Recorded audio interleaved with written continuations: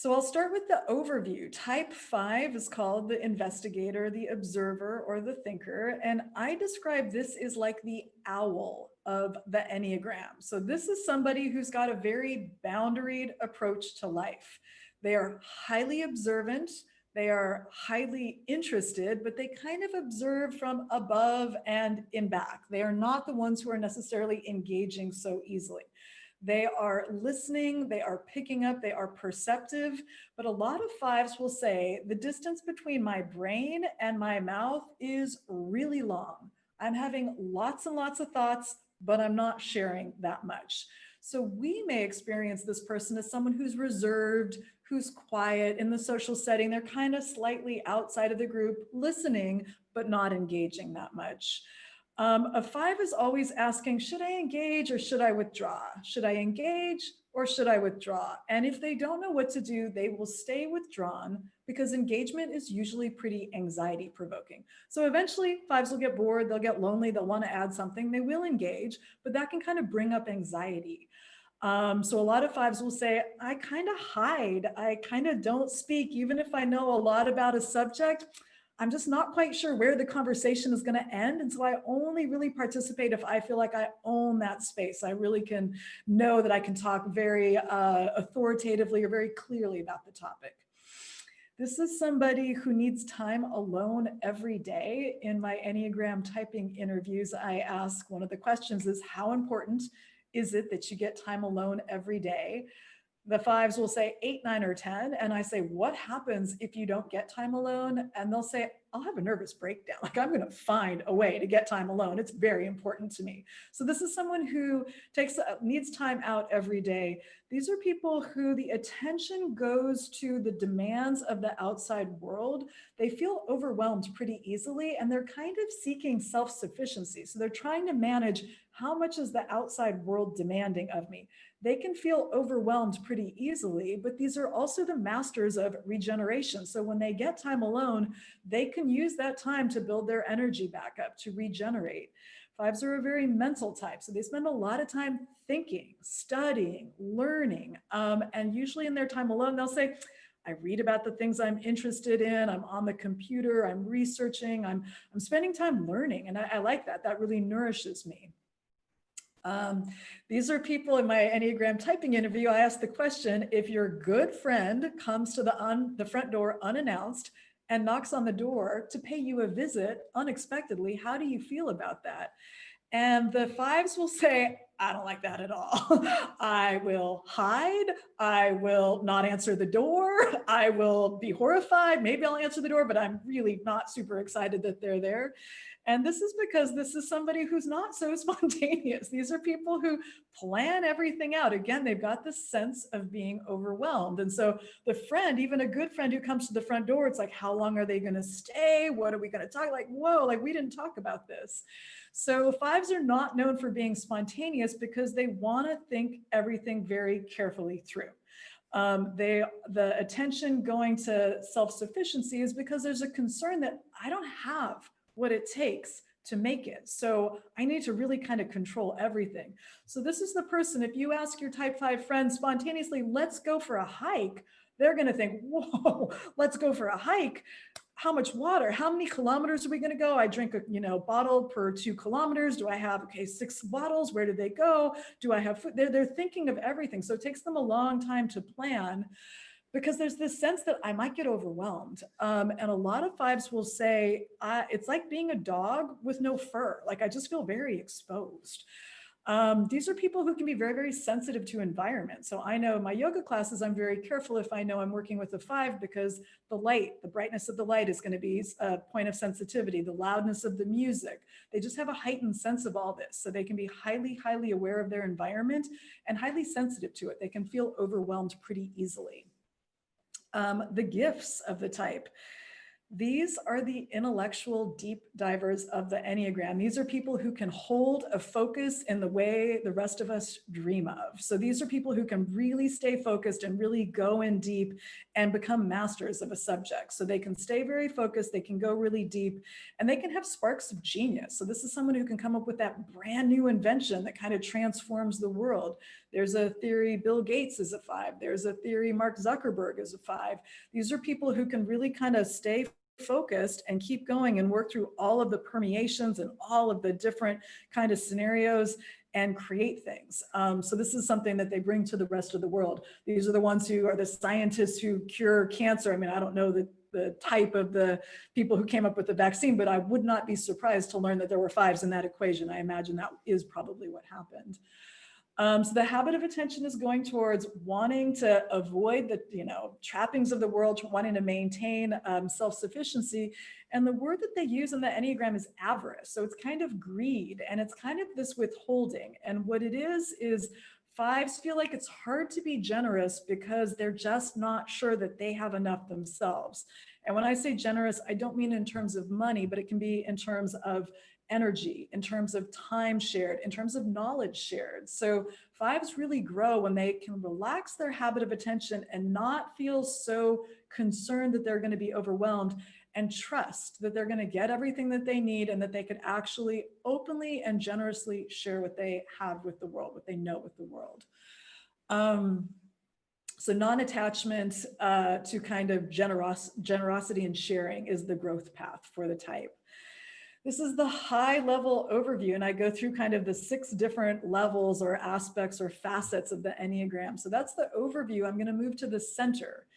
So 5s are in the head center, and the head center, these are a mental type. So the 5, the 6, and the 7 are all in the head center. And for these types, they first experience through the world through their mind. So something happens and they try to figure it out.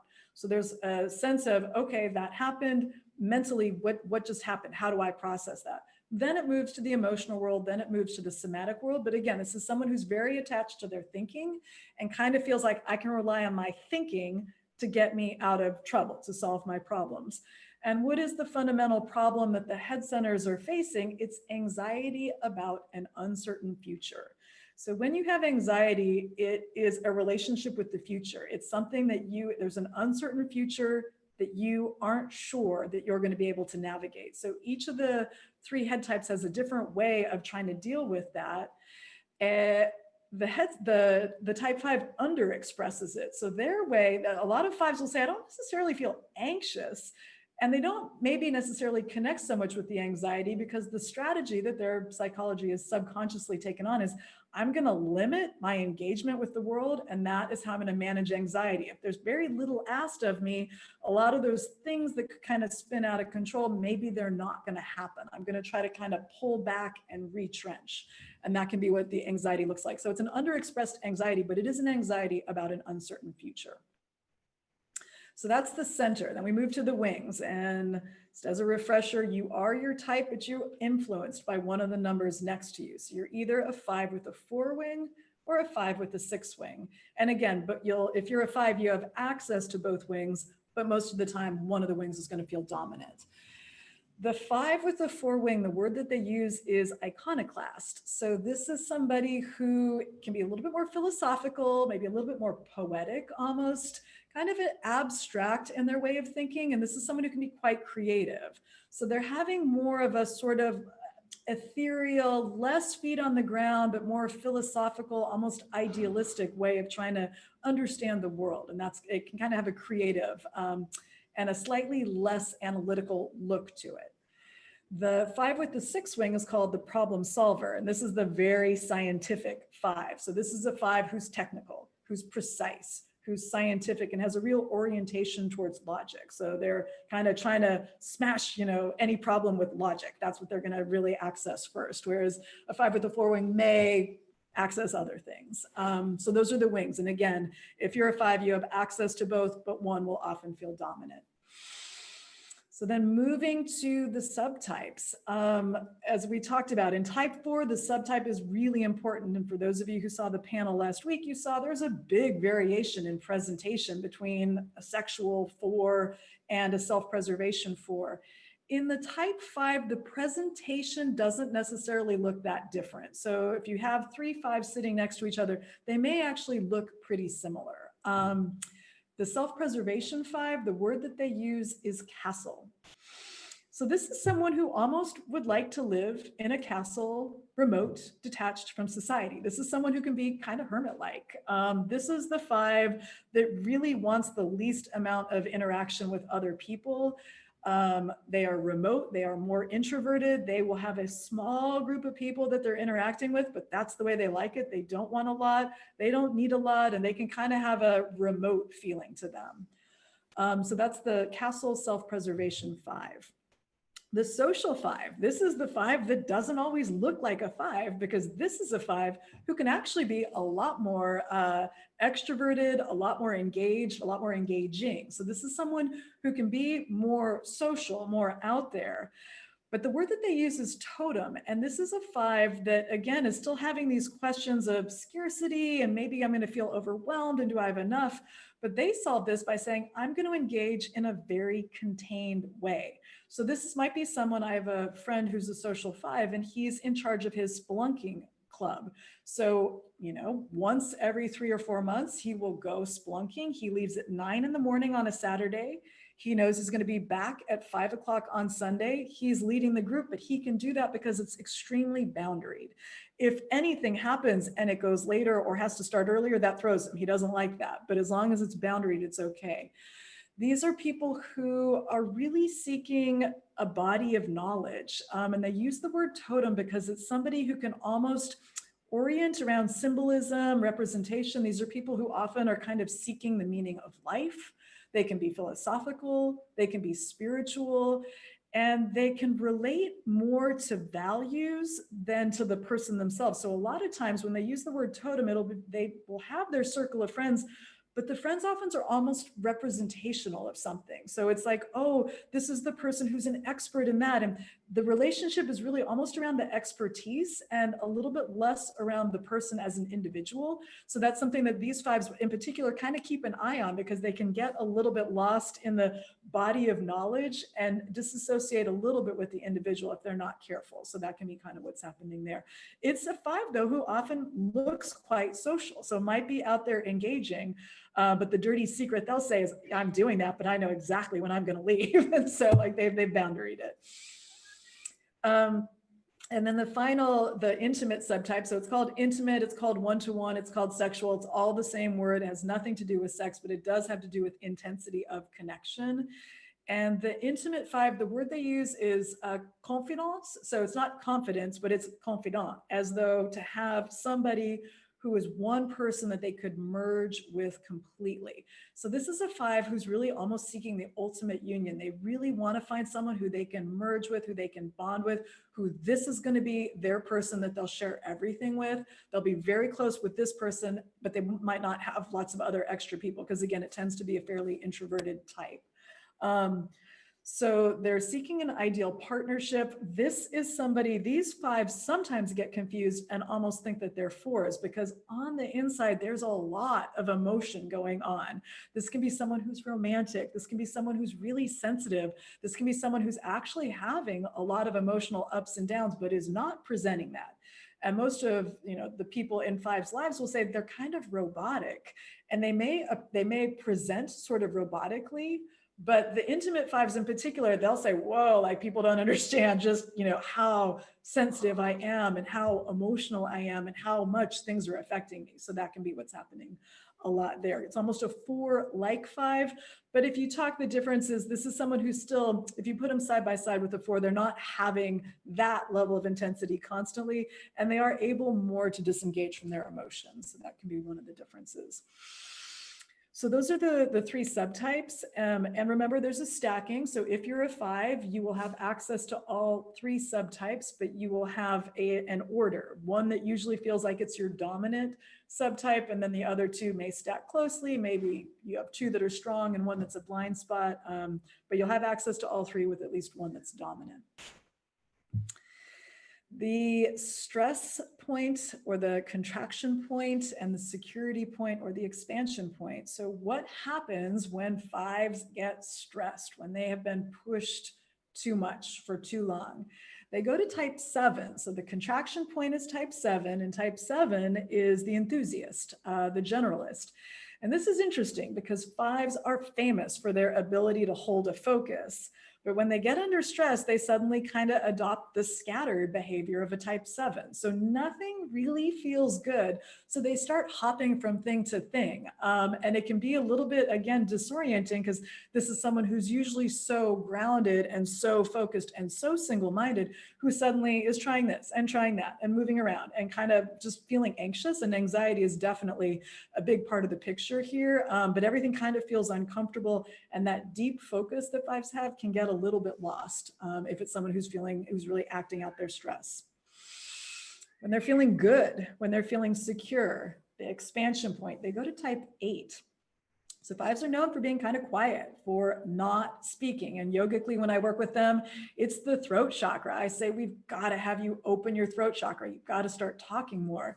So 8 is the leader, the boss. And suddenly the type 5 will start to speak, will start to lead, will start to kind of put their foot down.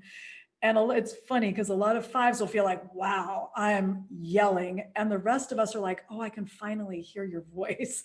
So there can kind of, even within this, be a little bit of an exaggeration. 5s feel like, wow, I hope I'm not freaking everybody out. And the audience is like, oh, thank God, like finally. But they start to really step into their power. They hold their ground, they share, they lead. 5s can be amazing leaders, but they've got to step into that leadership. So that's what it looks like in security or expansion.